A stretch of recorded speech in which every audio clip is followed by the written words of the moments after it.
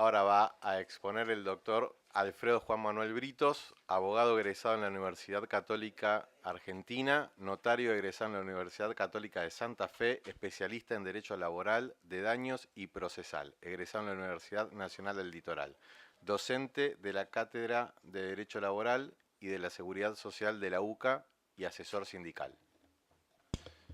Adelante. Bueno, buenas noches. Ya veo caritas cansadas.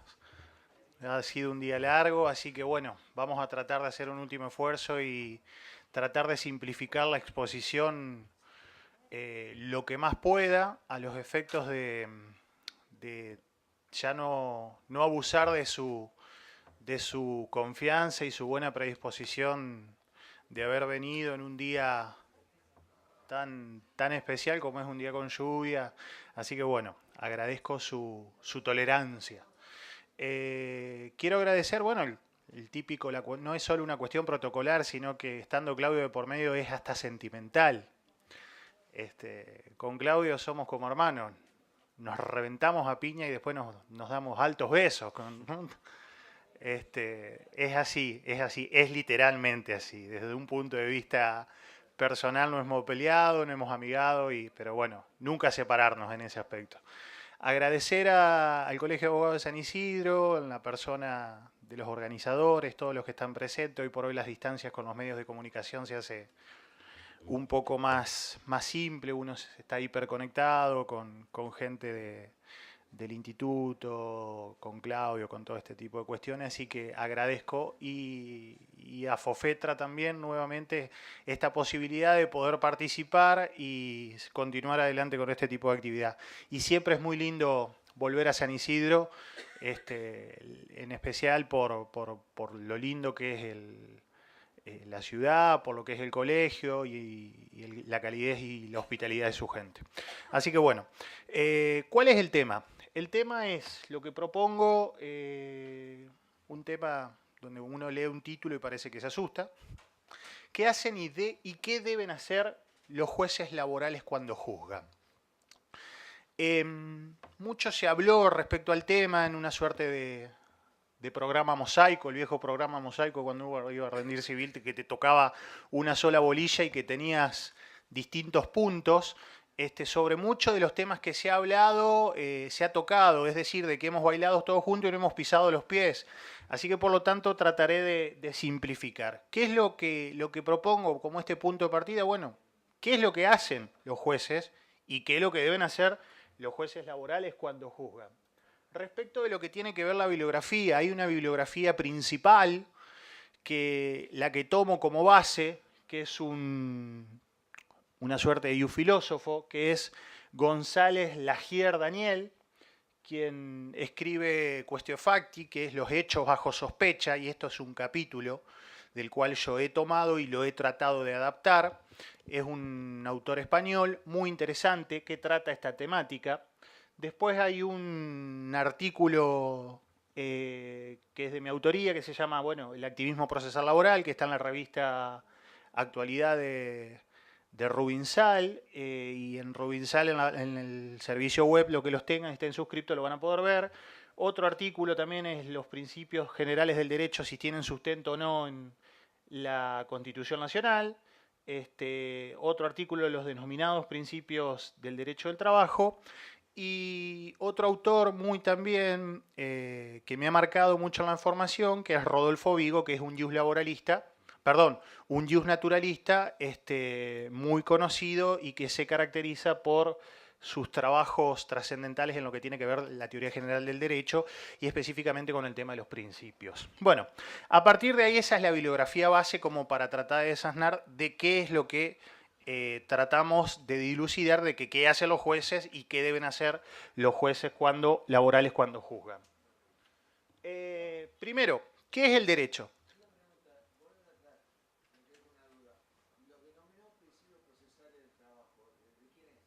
Mío.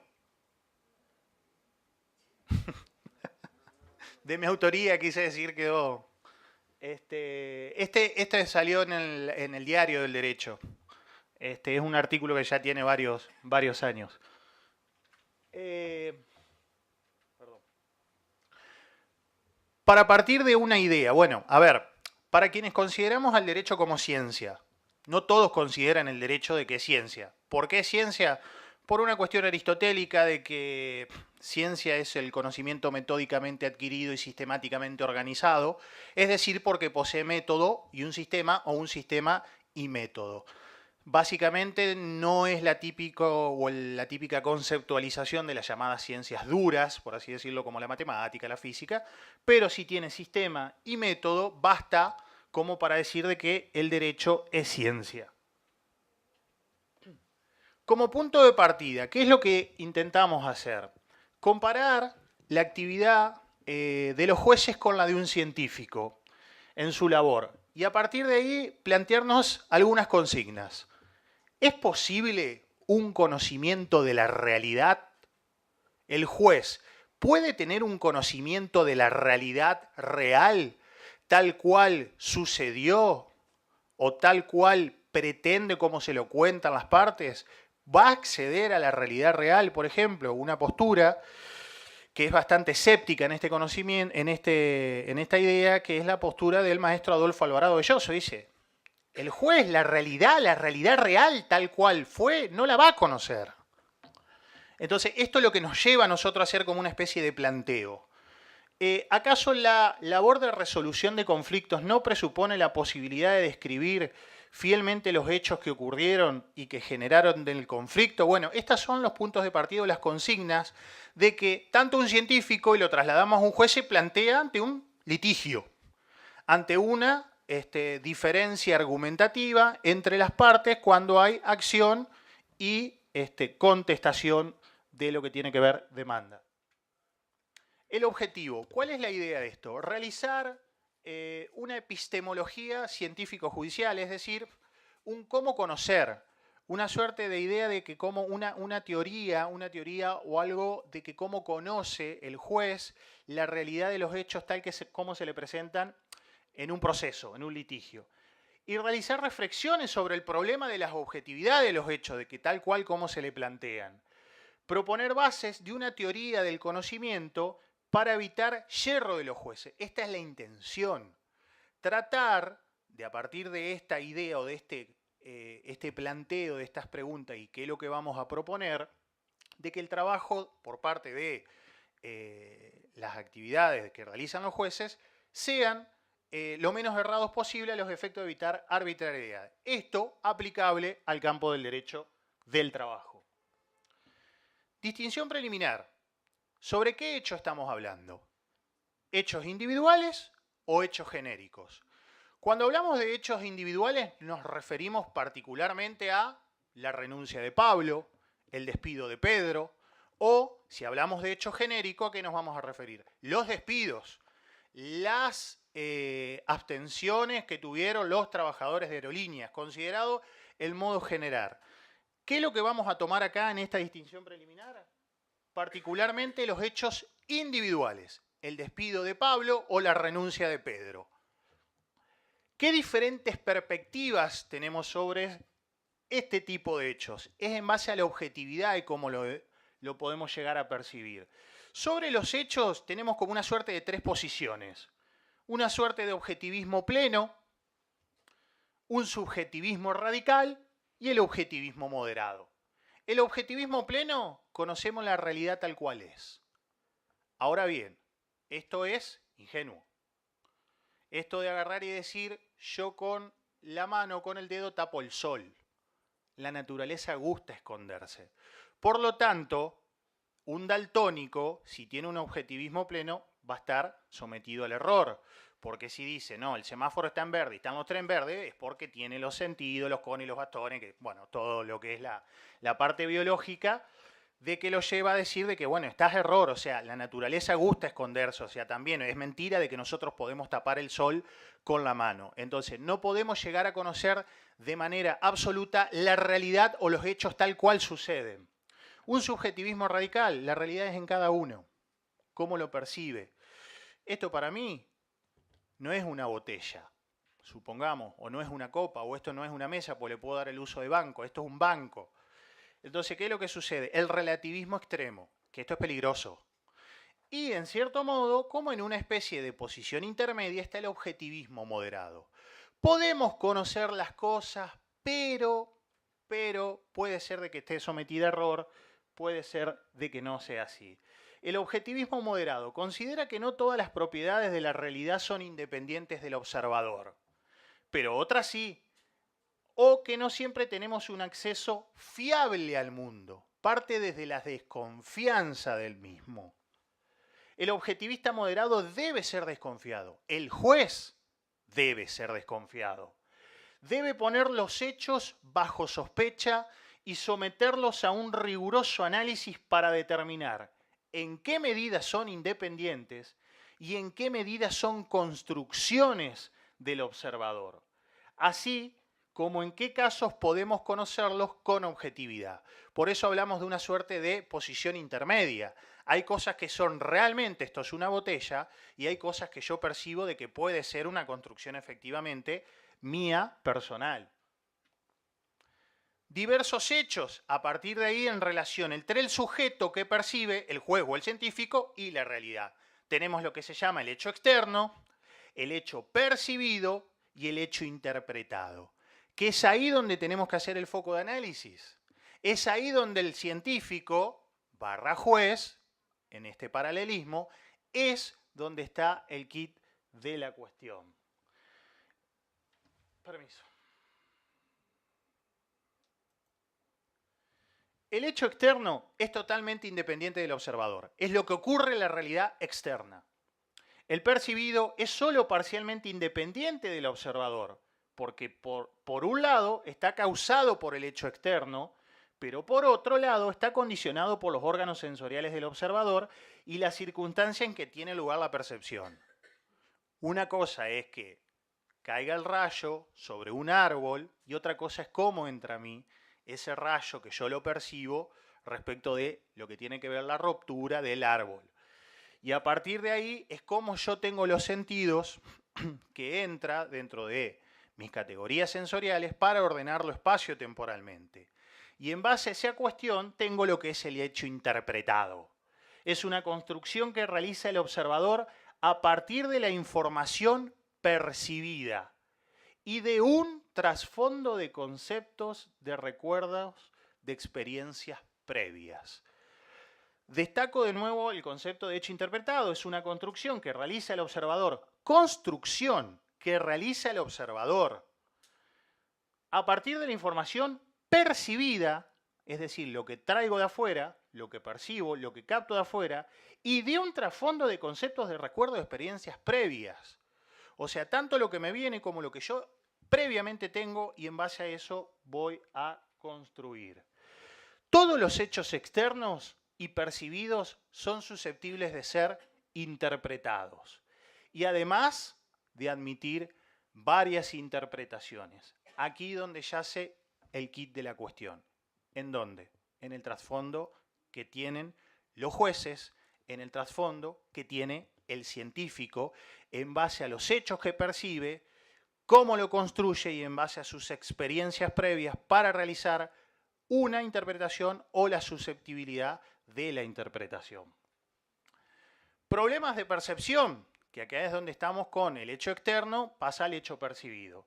Surgen dudas acerca de si el hecho percibido refleja fielmente las propiedades del hecho exterior.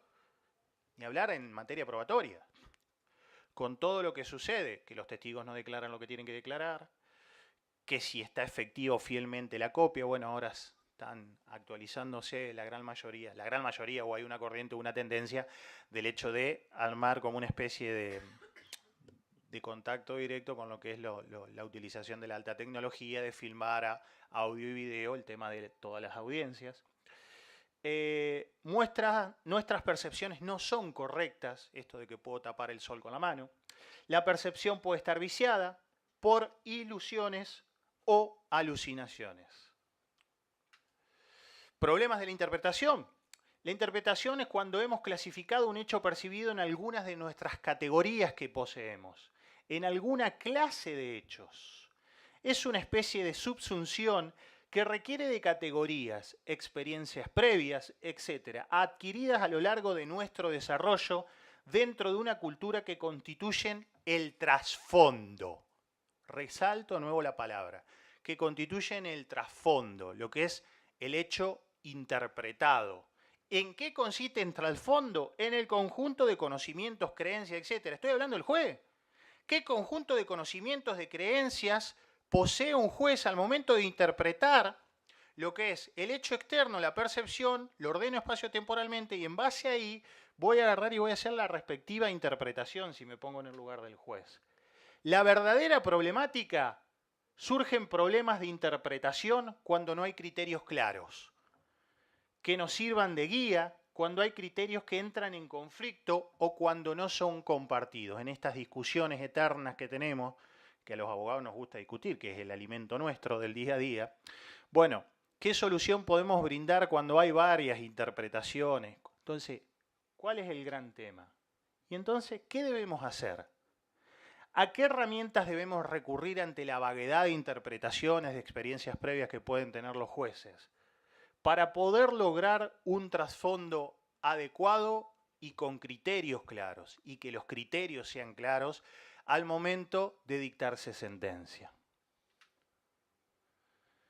Joseph Esser, que es un jurista alemán, exclamó: el centro de gravedad va desplazándose lentamente desde un sistema codificado a la casuística judicial orientada según principios. Esta es una primera herramienta y una primera respuesta para brindar criterios claros de lo que hoy habló el profesor que me precedió en este aspecto, de la vaguedad de todo tipo de cuestiones, si el derecho general, si el derecho civil y toda la problemática existente. Entonces, bueno, una alternativa es esta, recurrir al tema de lo que es los principios. Y cuando hablamos de principios, ¿a qué nos referimos? Después de la toma de la Bastilla, después de el juicio a los jerarcas nazis en Nuremberg y del caso de los defensores tiradores del muro de Berlín, hoy hablar de principios es hablar de principios humanos, o es hablar de derechos humanos. Hoy hablar de principios es hablar de derechos humanos. Bueno, se hizo la presentación del libro de César, quien puede hablar de esto toda la jornada entera si quisiera. La principiología. El preámbulo en la Constitución Nacional. Mención e invocación de afianzar a Dios, la justicia y a Dios como fuente de toda razón y justicia. Artículos 28 y 33, con este tema de lo que tiene que ver la razonabilidad de los actos y las garantías innominadas. Tratan respectivamente sobre los principios positivizados y aquellos que no lo están, ni hablar del artículo 75, inciso 22 y su proclama expresa, de lo que tiene que ver los tratados internacionales con jerarquía constitucional y los supralegales, o los que posteriormente se incorporan, que se incorporaron ya algunos, mediante la incorporación de los tratados de derechos humanos, y específicamente el derecho al trabajo y a la protección de este en condiciones dignas, derivada de los artículos 14 y 14 bis de la Constitución Nacional.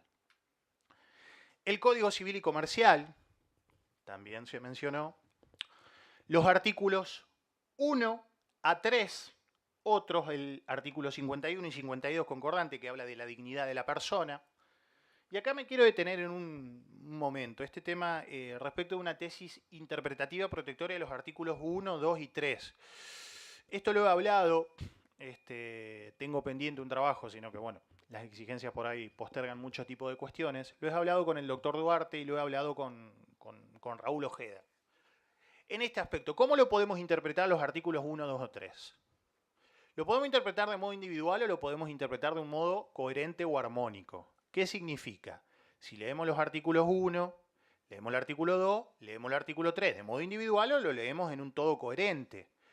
¿Qué sería el derivado de que una decisión, para que sea razonable por parte de los jueces, necesariamente debería contener los artículos 1 y 2? De no ser así, no sería razonable.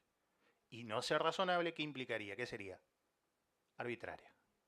Necesariamente consideramos, en cierto modo, como una especie de conclusión, en el debate, después de haberlos escuchado a estos monstruos que mencioné, que son Duarte y Ojeda, de que no sería errado de que en un futuro se pueda proclamar de que las sentencias de los jueces laborales, para que no sean arbitrarias, teniendo en consideración este tipo de cuestión de brindar un trasfondo claro, y que la respuesta para obtener criterios claros serían los derechos humanos laborales, según César, en clave laboral, según David Duarte, a mí por ahí me gusta decir en modo laboral, necesariamente deban contener mención de lo que tiene que ver los derechos humanos para no caer en una suerte de arbitrariedad. Otra idea, otro criterio que nos puede brindar, que también deriva la interpretación que hacemos del artículo 4, que esto es cristianismo puro, de la ley de contrato de trabajo, tiene como principal objeto la actividad productiva y creadora del hombre en sí. Posteriormente va a mediar un intercambio de lo que tiene que ver prestaciones. Los principios específicos del derecho laboral, el protectorio, el de irrenunciabilidad, el de progresividad, que bueno, esta cuestión o esta discusión, tal vez un tanto superada, pero no por esto no dejarla de mencionar, de que si es un principio o si es como una suerte de idea matriz que los estados deben seguir. Por ahí hay algo interesante, una discusión entre Machado y Ojeda, de que si el principio de progresividad es efectivamente un principio operativo jurídico o es como una especie de fin a alcanzar para los estados, como una suerte de idea marco como objetivo, pero no como principio jurídico, a lo que Daniel, en cierto modo, dice, no, esto es un principio jurídico. Podíamos pensar antes de que no era de esta manera, pero hoy por hoy la operatividad que le han brindado la Corte Suprema de Justicia de la Nación, los tribunales inferiores, es efectivamente un principio jurídico y no la proclama que tenía por ahí hace 30 o 40 años, que si no me equivoco, corregime César, el primero tal vez que lo empezó a trabajar fue Ricardo Cornaglia, hace varios años, o creo en la década del 90, uno de los primeros trabajos fue de Ricardo Cornaglia. Y el de lo que tiene que ver el de ageneidad de los riesgos, que en los manuales no se lo da como un principio propio del derecho laboral. Es muy interesante por ahí tenerlo en cuenta. Quien lo proclama como un principio específico claro es la obra clásica de Américo Pla Rodríguez, de que la ageneidad, como dicen los españoles, o ageneidad de los riesgos, es un principio del derecho del trabajo. En lo que tiene que ver la cuestión procesal, para brindar criterios claros, bueno, ¿es autónomo el derecho procesal laboral? Esta cuestión, esta discusión, es un derecho novativo, un derecho nuevo, esto está claro. Yo considero de que es un derecho autónomo, ya que tiene institutos vastos, doctrinas homogéneas y principios propios o compartidos, pero con características propias. Sin duda que la autonomía no es absoluta, ninguna rama jurídica tiene una autonomía absoluta.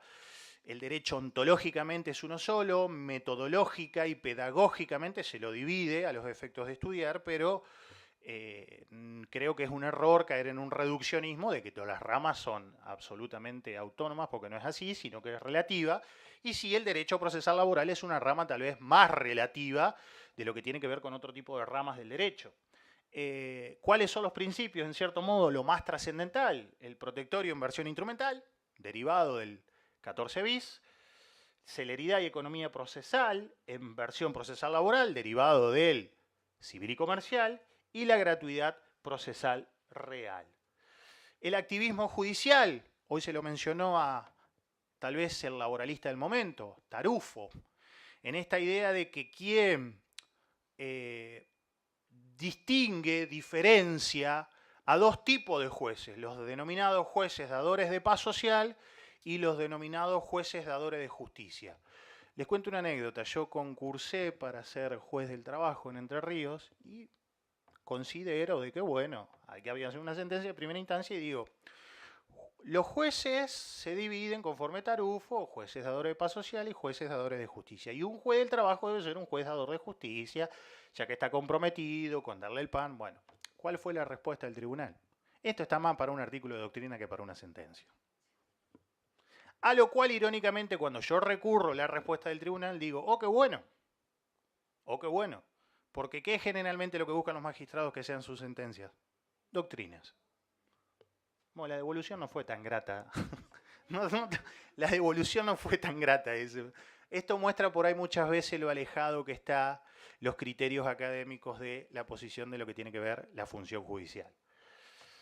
Innovación de la creación de nuevas técnicas jurídicas, positivación y reglamentación legal de las innovaciones procesales, posible dinamismo y apertura a la evolución de los conceptos que se desarrollan. Su finalidad, en lo que tiene que ver el activismo judicial, es una adecuada y justa composición de la litis, proposición de una lectura distinta de la norma fundamental, y el sujeto determinante es el juez, en donde se concentra la facultad de poder dictar oficiosamente pruebas o medidas para mejor proveer, pero no solamente se queda en dichas atribuciones, sino que va un poco más profundo. Bueno, para ir terminando con esta idea, ¿cuál era la intención? Tratar de mostrar de que qué es lo que hacen los jueces y qué es lo que deberían hacer. Ante un hecho externo, lo perciben con todas las complicaciones que puede llegar a haber en lo que tiene que ver la percepción, pero lo que nos debe brindar en cierto modo una salida o el norte, cuál debe ser un adecuado trasfondo. Y que no es otra cosa que en cierto modo, la idea de los derechos humanos en clave laboral y todas las herramientas protectorias necesarias para brindar a los justiciables, que ya sabemos que son, lo primordial es la protección de aquel sujeto de la relación jurídica que tiene la capacidad negocial de carácter hiposuficiente. Y me quiero retirar con una mención, unas palabras de Rodolfo Vigo, quien dice: la juridicidad de las normas y los principios depende de su justicia, y en consecuencia es desde la justicia que cabe asumir la función conformadora de los juristas. Muchas gracias, que gane Boca y nos vemos la próxima.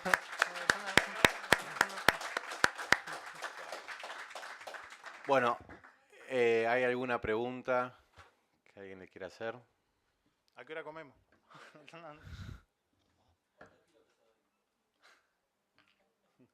Menos que vos seguro. Menos que vos seguro.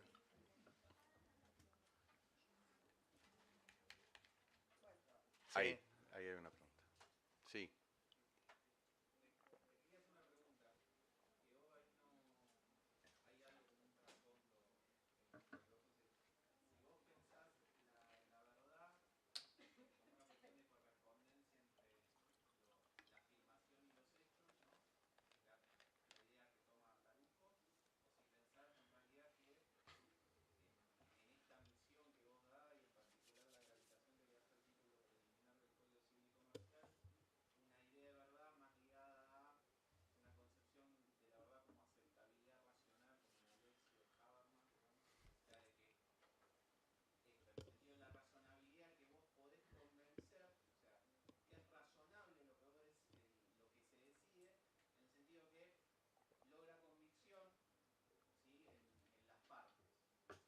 A ver, la única verdad es la realidad. Depende de qué teorías esbozamos. Bueno, la teoría de la esbozación, yo en este momento no lo voy a recordar, no lo voy a tener tan presente como vos en este aspecto, lo que tiene que ver las teorías de las verdades de Tarufo. Yo creo de que vivimos en una suerte de sociedad mediante lo cual cedemos muchas de las proclamas morales, muchas de las proclamas necesarias para poder vivir en sociedad en este aspecto. Pensar de que el juez va a acceder a la verdad real tal cual fueron los hechos. Ahora bien, eso no, en cierto modo, no nos debe permitir de que el medio justifique el fin. ¿Qué a lo que voy? Esto es como tener la discusión que muy bien Rodolfo Vigo lo plantea de seguridad jurídica versus justicia. Efectivamente, bueno, ¿existe el valor seguridad jurídica? ¿Existe o no existe? Porque esta idea del valor seguridad jurídica, yo me formé desde la justicia, tengo más la idea de lo que tiene que ver la idea del valor de la justicia. Lo que yo tengo que ver como norte es la justicia, no el valor seguridad jurídica. Y sin embargo, uno ve muchos autores modernos, consume mucho el tema de los prime time de la televisión de 8 a 10, 11 de la noche, donde dice, no hay seguridad jurídica. ¿Para quién? Lo que no hay es justicia. Entonces, a partir de ahí, ¿qué es lo que hace Rodolfo Vigo? Te aclaro que yo soy un naturalista. Esboza las distintas teorías. ¿Qué es lo que dice? ¿Existe el valor seguridad jurídica? Para unos sí, para otros no. Y termina aceptando de que, bueno, la sociedad moderna hoy implica de que el valor seguridad jurídica, que también va de la mano de brindar una paz social, en cierto modo, para decir, convenzamos a las partes de que por más no estén conformes, de que acepten, esta es la realidad real, no lo sé, pero es una realidad, o es una verdad, mejor dicho, más que realidad. Pero esa idea de valor, de seguridad jurídica, debe ir con un contenido mínimo de justicia. ¿Qué es a lo que voy? ¿La verdad absoluta se va a conocer? Creo que no. Yo creo que no. Sería una utopía. ¿Vos sos magistrado? Bueno. Y por eso.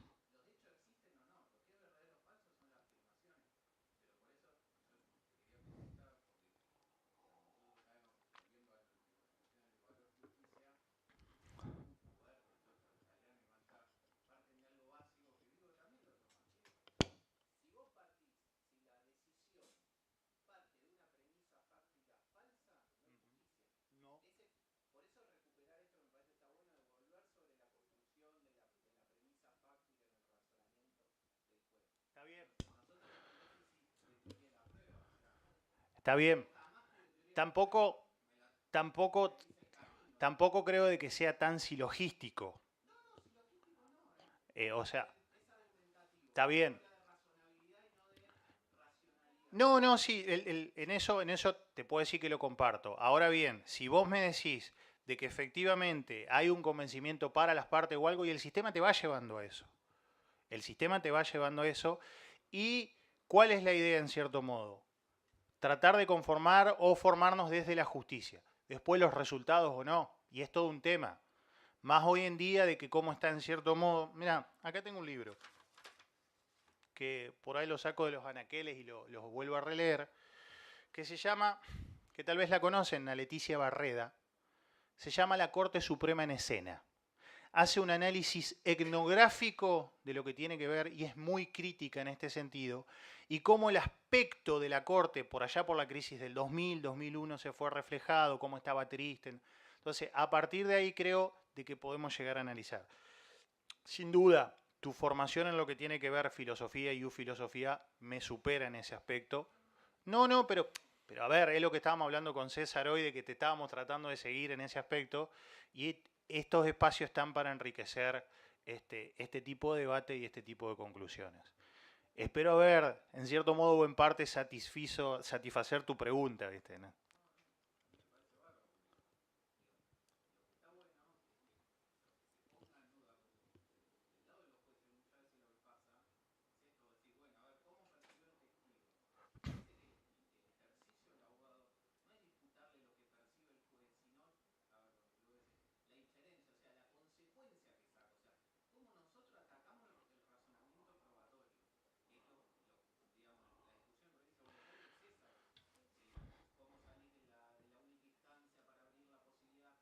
Está bien, pero una cosa es, si nos ponemos en este rol, vos estás en presencia de todas las audiencias, pero bueno, por ejemplo, en provincia de Entre Ríos no es así, no es así. Hay un artículo, no es de tirada gratuita, así que por ahora no estamos cobrando la, aunque si quieren aportar lo que tiene que ver con la revista, donde yo hago como una suerte de bases programáticas para una reforma procesal. Y que en cierto modo esta idea por esta idea del trasfondo, de la interpretación, de no someter errores, peticiono de que los jueces estén a la mañana dedicándose pura y exclusivamente a lo que es el tema de audiencia. Es su casa, el juzgado, abrirle la puerta, esté bajo pena de mal desempeño en este aspecto. Está bien. ¿Alguna otra pregunta? Bueno.